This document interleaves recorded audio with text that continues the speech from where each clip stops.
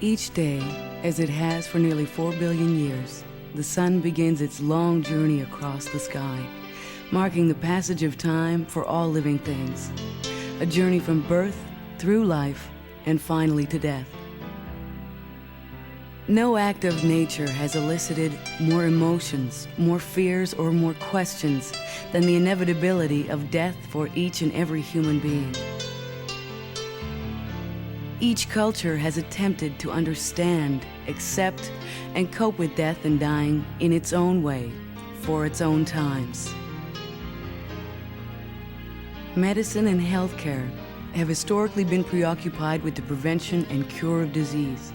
The rapid pace of scientific advancement has eradicated many of the diseases and conditions which cut short the lives of previous generations through antibiotics, vaccines, and high-tech diagnostic capabilities. It means for most of us that life will unfold as a rich journey of growth, active living, and slowly diminishing capacity.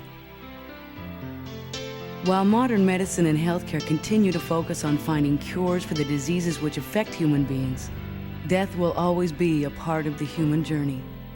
I think as a community and as a culture, we need to address death and the fact that we all die. I think most people, when they hear about a diagnosis of terminal illness, feel lost and perhaps don't articulate it as such, but probably fear the abandonment of medical care. When you're told that someone you've been with, in my case for 30 years, is terminal and there's no time frame, you don't know, you want to make sure that whatever time they have left is as good as it can possibly be. Flying in the face of our Western pervasive fear of death and our inability to relax a medical system based on cure and recovery, our attitudes towards death and the dying require a new and enlightened approach as we search for comfort and meaning during the last phase of our personal journeys. Palliative care is the active and compassionate care of people who have a terminal illness when it's known that cure is no longer possible and quality of life is paramount. Hospice, I think, for most people today means working with people who are terminally ill or who are grieving, particularly, I think, working with the terminally ill. I had heard of hospice.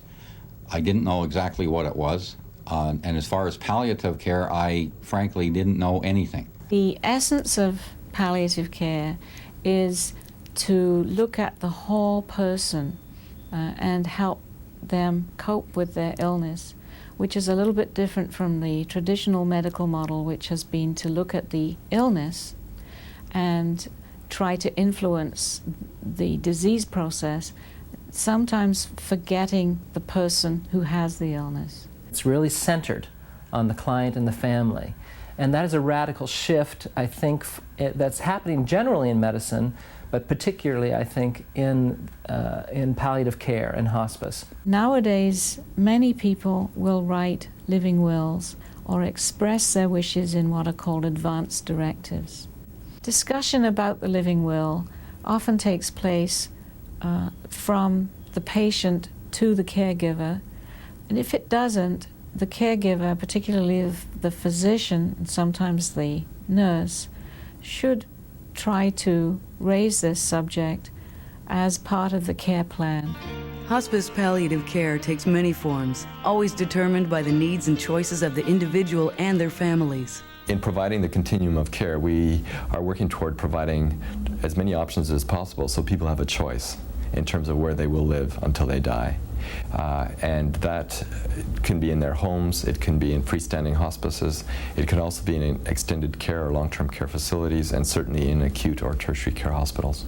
I see myself as really offering very specific services and have great reliance on other members of the community to provide good care for my patients. It is definitely a multidisciplinary approach where we very much integrate the person, the patient, and their families or friends. Professionals don't work in isolation, that we work best together in serving someone who is dying when we work together as a team. Some teams are very small. The smallest possible team would be the patient and a caregiver, and then it enlarges from there. Access to the team of experts in a hospital setting is one of the many choices of care available. Palliative can be offered in different ways. One, it can be a unit that's designated for persons with a terminal illness. It can be beds that are designated on another ward for that purpose, and it can also be provided through a consulting team, physician, nurse, social worker, who may go to the bedside and provide that expertise quite apart from a unit. We are acute care, so we are an active healthcare setting, and we can provide treatments like oxygen, we can do investigations like x-rays and CT scans, and that's why people need to be here. On the other hand, we are providing a different type of care in that our focus is comfort and quality of life. The nurses at the hospital Carol was at treated that room like it was our home. When we were there, they gave the impression they were intruding on us. We were not intruding on them. You're there, it's your home, while your loved one is in the hospital.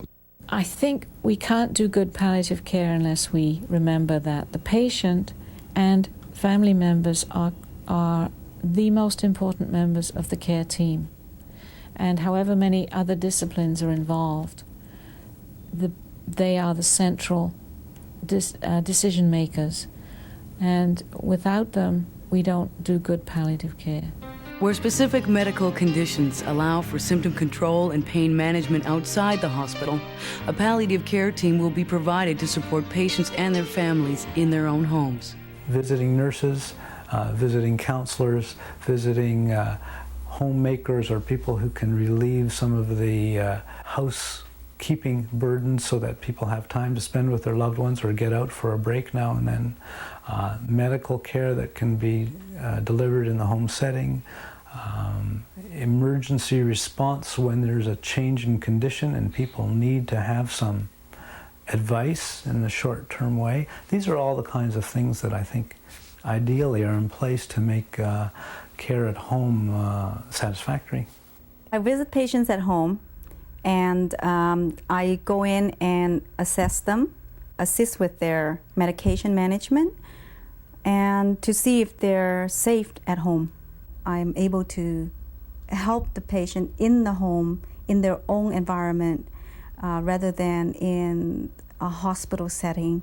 Certainly one can't expect family to become 24 hours a day, 7 days a week, caregivers doing activities that in professional settings we count on. Carol was unable to walk, therefore bathing and things like that were very difficult. The home care people came in twice a week and made sure she was bathed and everything, and it made her feel better because she didn't think she was imposing on Brock or I or anybody else, and they keep in very close contact. Much as we try to be very respectful of the fact that each person is an individual and each family is an individual, that I think being in an institution, you do feel a sense of loss of identity. And so I think, especially when people are living with terminal illness, they take great pleasures in everyday life, and that just the simple joys of living, to be able to be at your kitchen table and have a cup of coffee in the morning and read the paper and look out into your backyard and see the birds singing. There's a lot of joy in that experience, and also a very reaffirming about yourself as a person, and that you're a part of this family and you're together. So I think that, you know, there's a lot of benefits for people in terms of being at home in quality of life. And I think that's really why our patients do want to go home. Whether at home or in the hospital, your local hospice society is committed to seeing that every person with a terminal illness has access to good palliative care. They act as a resource for patients and their families by providing information and education about options and support services available in your community. We try to be there to help people to understand death and dying and the grief that can happen both individually and corporately in a family and in a community. And my dream and hope is that in hospice society work throughout the province, that kind of strong response and resource will be there for each community. The services of hospice are primarily directed to the client and the family unit. However, the information and the approach that hospice has to offer benefits us all in this field. Hospice brings its own particular point of view that really addresses the wholeness of the human being. From a care provider point of view, we see it as a philosophical position that the hospice is providing care such that people are as comfortable as they possibly could be. There are many hundreds of volunteers in this province who have a very good working knowledge of what palliative care entails and are very prepared to give of their time, their energies, and of that knowledge in helping people to stay at home.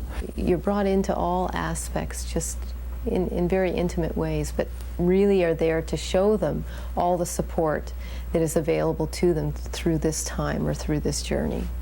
Volunteers will be there to act as a buffer to all of the energy, frustration, anxiety that people go through when they're dying and when they're bereaved. Hospice volunteers would come in and just try and help spiritually with my mother, just to talk, someone there to listen more than talk. There was probably 5 or 6 volunteers that came, and Carol connected with 2 of them. I think that's a pretty good record. And the 2 people she connected with were very good for her, and since her death have been extremely good for both Brock and I. I come in, they're not really sure who I am. I say I'm a hospice volunteer. Sometimes people go, well, what's that, you know? So you gently explain to them what it is without scaring them, because actually hospice can be a scary word. It may be misinterpreted, so you have to be very careful how you even present that. And then they come to know you as being just sort of a friendly face that's there for their needs. Sometimes actually they're a little overwhelmed that someone would volunteer to do this. So you have to say, well, you know, it's just a part of who I am and I just love it. So whatever your needs are, that's what we're here for. Hospice Society work is multicultural. It's a non-sectarian work. Our premise and what we run on philosophically is we honor and respect whatever tradition you come from. So there are many different cultures and faiths, religious traditions and backgrounds that people come from, and our work is to honor that tradition, whatever people come from. Sometimes it's hard to connect with people because you don't come from the same religious or cultural background. But if you are dying and you are grieving, you become a human being. Hospice Palliative Care allows individuals and their families to make the best of what is the most difficult time in all of our lives. More importantly, perhaps, it is changing the way we as a society face death and dying. A lot of people don't realize. They think you go to palliative care, you're there, and you only leave one way. And that is not the case at all. To see people say, I'm not afraid of dying, to hear people say to me, this really isn't about dying, is it? It's about living. I mean, that's momentous in terms of being at the bedside and caring for those individuals. I think the most rewarding aspect is when you are working with patients and families, and through the things that we've done, for example with pain control, that you see that somebody is visibly more comfortable. Quite frankly, we're talking about quality of life. I don't think that aiming for dying at home in itself has any great virtue, or dying in the hospital, or creating any system on its own. We're talking about trying to find for each individual the best circumstance. Just to be able to help the patient to maintain their well-being at home, and also to maintain their own autonomy and their own independency at home while they are ill is a big joy for me. There is nothing that they will not do, including if they, in the middle of the night, the patient is up and the patient wanted pizza, they'll get it. I mean, and they'll join in, you know, and they don't intrude. It's a marvelous place. Even though you're there for a reason that's not so marvelous, you can't pick a better place to be. We want to help people to live until they die, and that's a big phrase that we use in hospice. So as each of us must face the inevitability of death, it is comforting to know that Hospice Palliative Care is available for both the dying and their loved ones, assuring the highest quality of life and support through the final phase of our personal journeys. For more information, contact your local Hospice Palliative Care Program or call the British Columbia Hospice Palliative Care Association at 734-1661.